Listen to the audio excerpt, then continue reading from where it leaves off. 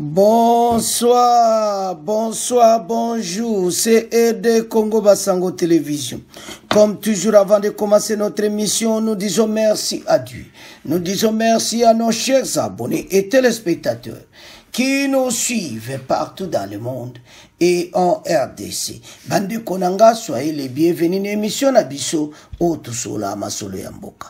Bande Kotoko Kende directement sur le dossier Oezoleka. Bande Ko. Ya Jean-Marc Kabound. Asala qui intervient, ya toluba kaka. Jean-Marc Kabound azaka ndenga sala. Nga kansaki mais a utilisé moi ba momoko ya moi bien et bandeli ya interview na yi. Interview celle na chaîne ba français. Kabound a lobby que prison et aidé à changer ma maturité. Mais après, à commission on a posé le sou qu'il y a posé candidature président de la République, a nié que Fatima Moutabimi est en prison. Donc, je vois qu'il y a l'orgueil aussi. Alors, ils ont bien dit. Alors, ça orgueil et ça là qui te côté. Aluka, Tchakimia, asa la politique naïe. Que atika président Félix Babande Sousou to boli Sousou ba distraction mais so la ni intervient na makamuso eza faire 50% mususu azolo ba bien pona mboka alumi kolo biso nyonso to yebsa armée rwandaise ba quitter RDC mikolo eza makambu ya mboka eza attaqué makamuso lo bien mais makamuso mawato alors sans plus tarder to landa Jean-Marc Kabound bongo to avancer l'émission Nabiso Tolanda. Jean-Marc Kabound, bonjour. Bonjour. Comment allez-vous? Je vais bien, je vais bien. Après 2 ans et demi de prison? Oui, bien sûr, je me porte bien. Vous savez, on a enduré cette situation, mais pour l'instant, je peux vous dire que je me porte bien. Est-ce que la prison vous a changé? Vous savez, pour le cas qui est le nôtre, nous avons été arrêtés injustement. Et je dirais que ce que nous avons subi allait au-delà d'une injustice. C'était carrément de la persécution. Bon, face à toute situation, il y a toujours une leçon qu'on retient. Cette prison m'a appris 2 choses. Premièrement, le pardon. J'ai appris là-bas qu'il faut pardonner. Et la deuxième chose, c'est la patience. Il faut patienter en tout temps. Parce que lorsqu'on vous condamne à 7 ans injustement, et celui qui vous fait condamner, c'est le président de la République lui-même qui exige à ce qu'on vous condamne. Donc, vous vous dites que les carottes sont cuites et que vous n'avez qu'à patienter jusqu'au jour où vous serez libre. Donc, le fougueux Jean-Marc Kabound des années 2020 a changé. Nous sommes en train de grandir. Hein. Je ne suis plus le Jean-Marc de 2020. Il s'est passé 5 ans déjà. Je crois que nous sommes en train de nous battre pour atteindre cette maturité qu'il nous faut pour apporter les changements que notre peuple attend dans ce pays. Et donc, je suis en train de faire beaucoup d'efforts en fait d'atteindre cette maturité qui pourra m'aider à gouverner, à gérer bien ce pays demain. Longtemps, Jean-Marc Kabound, vous avez été l'un des principaux compagnons de Félix Tshisekedi. Après son arrivée au pouvoir, vous êtes même devenu le président par intérim du parti au pouvoir UDPS. Et puis en 2022, ça a été la rupture, puis la prison pour outrage au chef de l'État. Est-ce que vous regrettez aujourd'hui cette conférence de presse de juillet 2022 où vous avez tenu des propos virulents contre le chef de l'État? Bon, je dois ici vous dire que je ne regrette rien. Mes propos n'ont pas été virulents. Moins encore des dénonciations comme beaucoup le disent, mais c'était tout simplement un témoignage citoyen d'intérêt public voué à l'émancipation du peuple congolais pour son développement, et c'est là pour garantir l'état de droit, le développement et l'éclosion sociale. Moi, j'ai rempli la part de mon contrat en tant que citoyen congolais, acteur politique et député national de surcroît. Je ne pouvais que dire ce qui devait être dit pour que les choses changent dans mon pays. En face, j'ai eu un monsieur qui tolère de moins en moins la contradiction, qui est réfractaire à la vérité, et c'est comme ça qu'ils m'ont fait subir cette persécution. Le 21 février, vous avez été libéré et le lendemain, le 22 février, Félix Tshisekedi, lors d'une rencontre avec les parlementaires de son camp, a invité ses opposants à entrer dans un gouvernement d'union nationale. Est-ce que votre libération n'est donc pas un geste politique de sa part? Non, je ne crois pas que ma libération puisse faire l'objet d'un marchandage politique. J'ai été victime de persécutions politiques, condamné à une peine de 7 ans et je passais 30 mois en prison. Cette injustice, je crois qu'elle ne pourra jamais être réparée parce que j'ai déjà passé 30 mois en prison injustement. Donc, ici, je ne voudrais pas que ma libération fasse l'objet des interprétations des marchandages politiques. Donc, une décision a été prise pour arrêter l'injustice que j'étais en train de subir et pas par la volonté de Tshisekedi. Il faut avouer qu'il y a eu une forte pression depuis que j'étais en prison, tant par la communauté internationale que l'opinion publique interne du Congo. Les Congolais étaient mécontents de mon arrestation. Sur les réseaux sociaux, dans les médias, les Congolais ne faisaient que dénoncer l'injustice que je subissais. Je crois que Tshisekedi, faisant face à cette pression, a dû lâcher et je suis heureux aujourd'hui que cette injustice se soit arrêtée, mais je n'ai pas l'intention de croire que cela a été corrigé. Alors, concernant le prétendu gouvernement d'union nationale, je crois que aujourd'hui, M. Tshisekedi est en train de manipuler l'opinion, d'instrumentaliser la situation sécuritaire à l'est de notre pays. Parce qu'il est allé aux élections. Il a dit qu'il avait gagné les élections à 73% et qu'il s'est tapé plus de 450 députés au Parlement. Je crois qu'il contrôle carrément le Parlement à 90%. Donc, si aujourd'hui il estime qu'il doit recourir à l'opposition, ça voudrait dire que Tshisekedi est confronté à une crise de gouvernance. Il y a crise totale de gouvernance et pour moi, j'estime que le gouvernement d'union nationale qu'il propose de mettre sur pied ne résolvera rien du tout. Mais est-ce que Félix Tshisekedi n'a pas lâché sur vous et sur deux autres prisonniers politiques, Mike Mukebayi et Seth Kikuni, qui viennent d'être libérés, afin de frapper les esprits et de montrer qu'il tendait la main vers l'opposition? Je crois que cela était une obligation pour lui.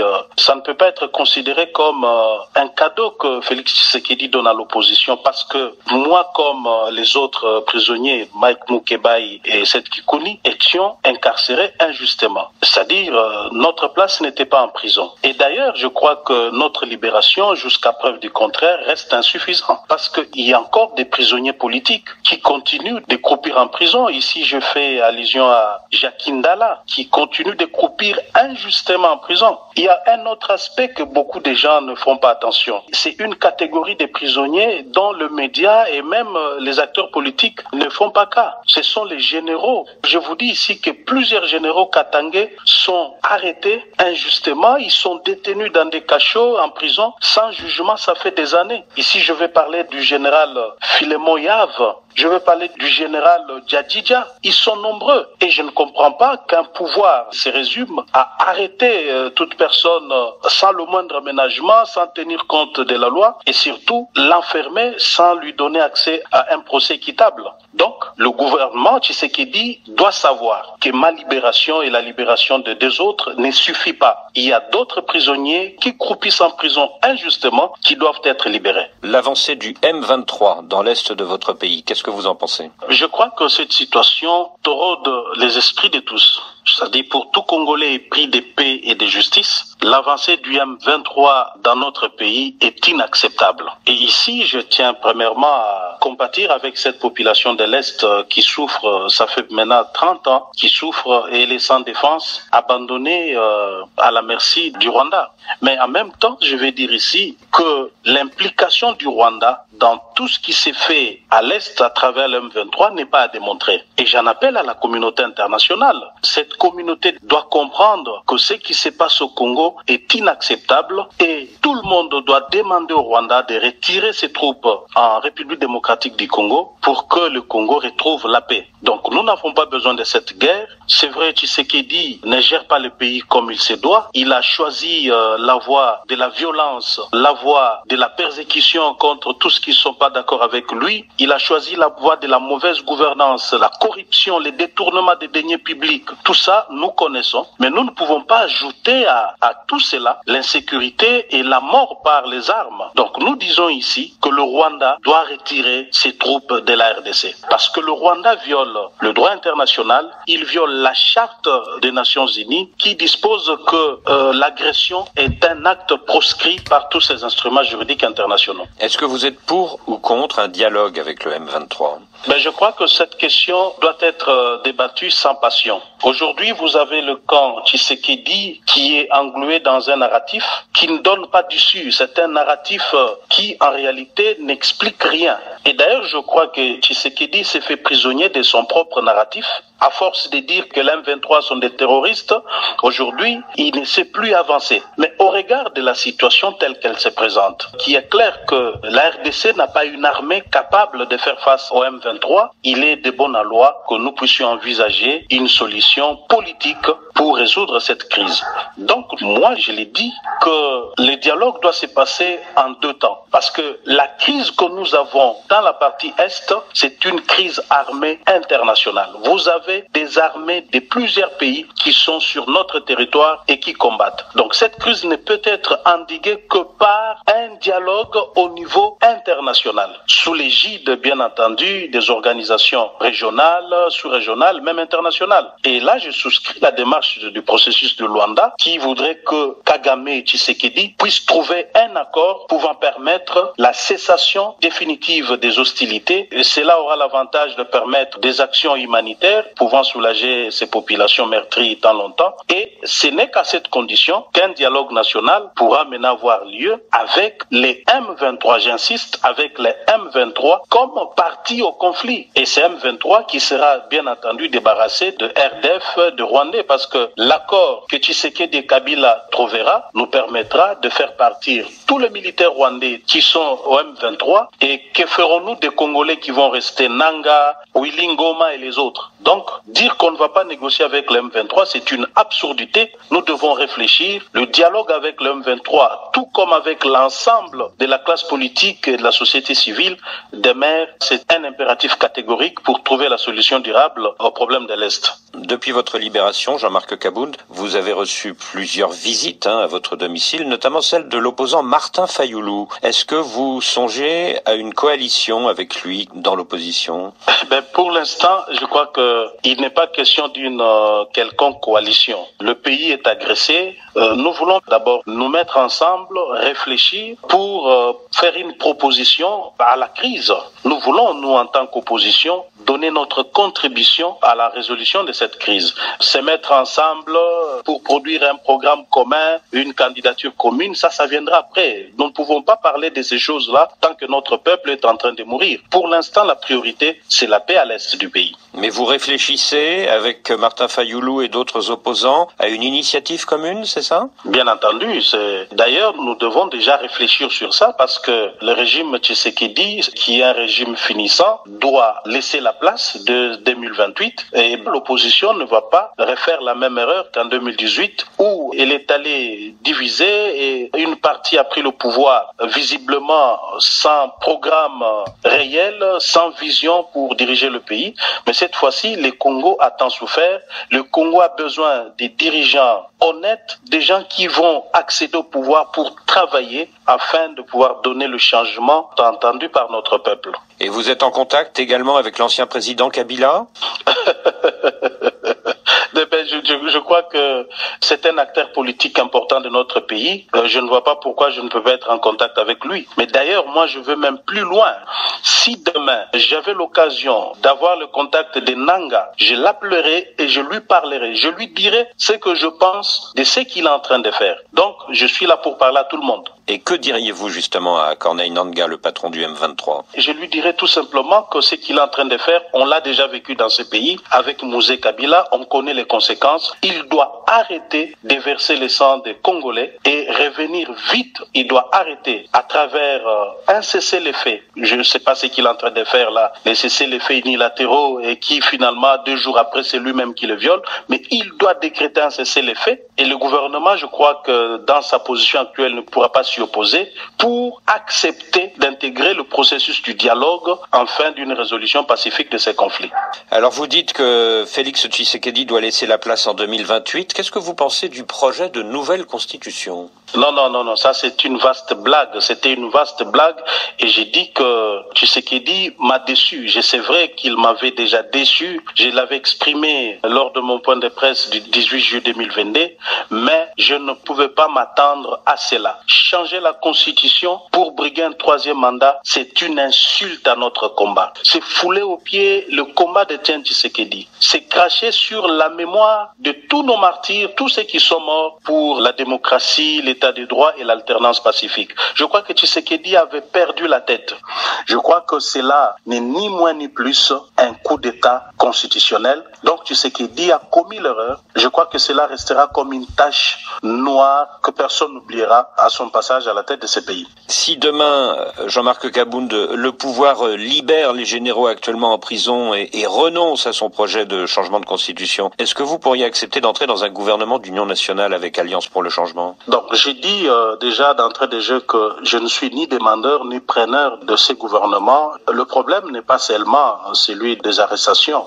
J'aimerais bien que ces généraux katangais recouvrent leur liberté et tant d'autres prisonniers politiques que je venais de citer ici. Mais ça, c'est une manche du problème. Un autre problème restera celui de la vision. Parce que si aujourd'hui il est question que nous puissions être ensemble, cela ne doit pas être du fait de la volonté d'un individu qui veut sauver sa peau, qui veut sauver son pouvoir. Et en fin de compte, nous tous ici, nous allons accompagner quelqu'un, un individu qui est Tshisekedi. Non, cela ne pourra pas se passer ainsi. Donc la gouvernance doit être basée sur un programme, sur une vision claire. Et je ne vois pas Tshisekedi aujourd'hui garantir cela, premièrement. Et deuxièmement, Tshisekedi n'est pas un homme de parole. Tshisekedi ne respecte pas ses engagements vis-à-vis des autres. C'est vrai qu'il peut, dans un forum, dire voilà, j'accepte, ça sera ainsi, et puis demain, tout porte à croire que Tshisekedi va se rebuffer et jeter tout dans la poubelle et se comporter comme il s'est toujours comporté. Donc pour moi, je n'ai pas de garantie que Tshisekedi pourrait changer pour être ensemble avec lui. Et je considère que cela est derrière moi. Est-ce que vous vous êtes parlé avec Félix Tshisekedi depuis le 21 février? Non, pas encore.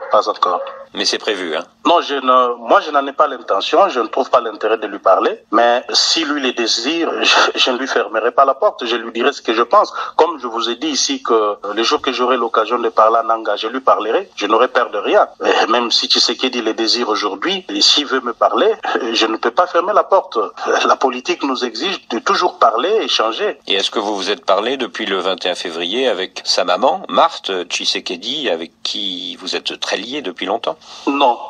Depuis que j'étais arrêté jusqu'à ce jour, nous n'avons jamais parlé. Est-ce que vous serez candidat en 2028? Bien sûr. Je crois que après tout ce que nous avons vécu, après avoir accumulé tant d'expérience, d'opposants, d'hommes clés du pouvoir et aujourd'hui quitter le pouvoir pour ses convictions, je crois que nous avons suffisamment acquis de l'expérience et de la notoriété qui pourra nous permettre de bien gouverner, de bien gérer ces pays au fait. Donc aujourd'hui, je crois que nous présenterons notre programme, nous présenterons notre vision du Congo et c'est avec ça que nous solliciterons le suffrage de notre peuple pour nous rassurer que nous pouvons faire quelque chose pour ces pays. Je ne me vois pas aujourd'hui donner le meilleur de moi-même, changer ces pays comme je l'entends, comme ministre. Non, je crois que maintenant, moi et mon parti et tous ceux qui voudront se mettre autour de moi, nous sommes en train de préparer un programme de gouvernement qui est basé sur la vision que nous avons pour gouverner autrement demain. Oui, mais vous n'êtes pas tout seul, Jean-Marc Kabound. Il y a Moïse Katumbi, il y a Martin Fayoulou, il y a Joseph Kabila qui vient de revenir sur la scène politique avec sa tribune dans la presse sud-africaine. Oui, l'opposition congolaise a été toujours plurielle. Mais moi, j'ai toujours insisté sur un fait qui est plus important, c'est la transparence et la régularité du processus électoral. Dès lors que nous avons un processus électoral équitable, transparent, nous n'avons pas de crainte que celui qui va l'emporter va normalement diriger le pays. Donc vous êtes confiant à condition que le scrutin soit transparent. Justement. Jean-Marc Kabound, merci. Bandeko tolandi biso nyonso Jean-Marc Kabound. Donc au moins clairement été situation oyo ba moi musu alobi bien mais mususu pena mawatu so comme na point fachazo ndi matege mtabimisi azoba ka gouvernement faci kaka maloba oyo bango opposition bazoloba alobi aza premier mabenga nanga batuni ye na Kabila alobi eza problème te so asoli na Kabila mais et puis bon M23 andimi te tosala dialogue na M23 donc bino nyonso Kaboun osokoma kota ya Kabila Kabila azonga na pouvoir atia lisumu bulu na mboka d'abord atiki mboka par terre tozokoka balabala eza te tokoka kobongisa te tellement que niveau atikaki mboka eza impossible donc abomaki déjà nyonso armée abomi azolinga bananga Kabunda azolinga